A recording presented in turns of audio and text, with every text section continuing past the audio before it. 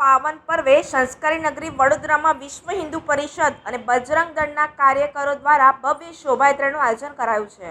જે શોભાયાત્રામાં અયોધ્યાથી ખાસ માટી મંગાવી તેમાંથી ભગવાન શ્રીરામ લલ્લાની મૂર્તિનું નિર્માણ કર્યું છે। જે રામલલ્લાના દર્શનનો લાભ સંસ્કારી નગરીના નગરજનોને મળશે।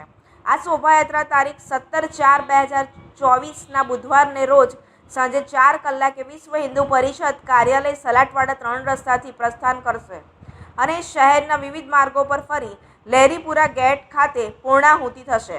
સાથે તારીખ 7/4/2024 રવિવારના રોજ રક્તદાન શિબિર અને તારીખ 13/4/2024 શનિવારના રોજ સુંદરકાંડનું પણ આયોજન કરેલ છે। આ તમામ કાર્યોમાં સંસ્કારી નગરી વડોદરાવાસીઓને અમે હૃદયથી આમંત્રિત કરીએ છીએ।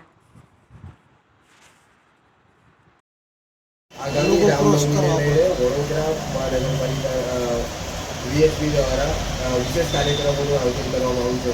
કયા કાર્યક્રમો છે અને શું વિશે છે? વિશ્વ હિન્દુ પરિષદ રાવપુરા પ્રખંડ દર વર્ષની જેમ આ વર્ષે પણ શ્રી રામ જન્મોત્સવ નિમિત્તે કાર્યક્રમ રાખે છે। તેના ભાગરૂપે આ વર્ષે રાવપુરા પ્રખંડમાં 3 કાર્યક્રમનું આયોજન કરેલ છે। સર્વપ્રથમ 7 તારીખે બ્લડ ડોનેશન કેમ્પનું આયોજન કરવામાં આવ્યું છે। બ્લડ ડોનેશન કેમ્પનો સમય સવારે 9 થી સાંજના 7 વાગ્યા સુધી રહેશે। એ સ્થળ રહેશે વિશ્વ હિન્દુ પરિષદ વડોદરા મહાનગર કાર્યાલયની સામે। એ બ્લડ ડોનેશન કેમ્પનું આયોજન કરવા માટેનું મુખ્ય કારણ કે જે તે સમયે આપણા સમાજને લોહીનું બ્લડનું જરૂર હોય, ઇમરજન્સીમાં જરૂર હોય ત્યારે રાવપુરા પ્રખંડ પૂરું પાડે એવી આશાથી બ્લડ ડોનેશન કેમ્પનું આયોજન કરેલ છે। ત્યારબાદ 13 તારીખે સુંદરકાંડનું આયોજન કરવામાં આવ્યું છે। સુંદરકાંડ સલાટવાડા 3 રસ્તા પાસે સાંજે 7:30 કલાકે શરૂ થશે। ત્યારબાદ 17 તારીખે રામનવમી છે। રામનવમીમાં રાવપુરા પ્રખંડ દ્વારા ભવ્યથી અતિભવ્ય શોભાયાત્રાનું આયોજન કરેલ છે।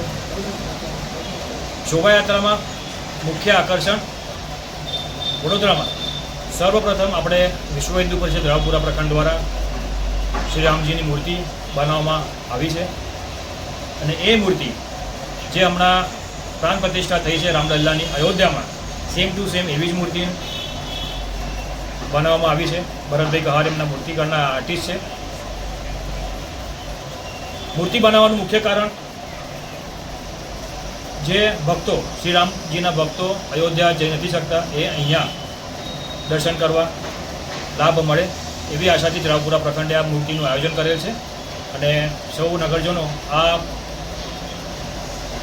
યાત્રામાં જોડાય એવી આશા। કંઈક ને કંઈક અમુક તત્વો દ્વારા ધમાલ કે ન્યુસન્સ ઊભું કરવા ત્યારે સુરક્ષા વ્યવસ્થાને લઈને શું વ્યવસ્થા કરવામાં આવી? સુરક્ષા વ્યવસ્થાની વાત કરી દર વર્ષે પણ કંઈક ને કંઈક અસામાજિક તત્વો આપણે કહી શકીએ કે શોભાયાત્રામાં અડચણરૂપ થાય એવા કારણોથી, શોભાયાત્રા બંધ થાય એના કારણોથી કંઈક ને કંઈક કાવતરું ઊભું કરતા હોય છે।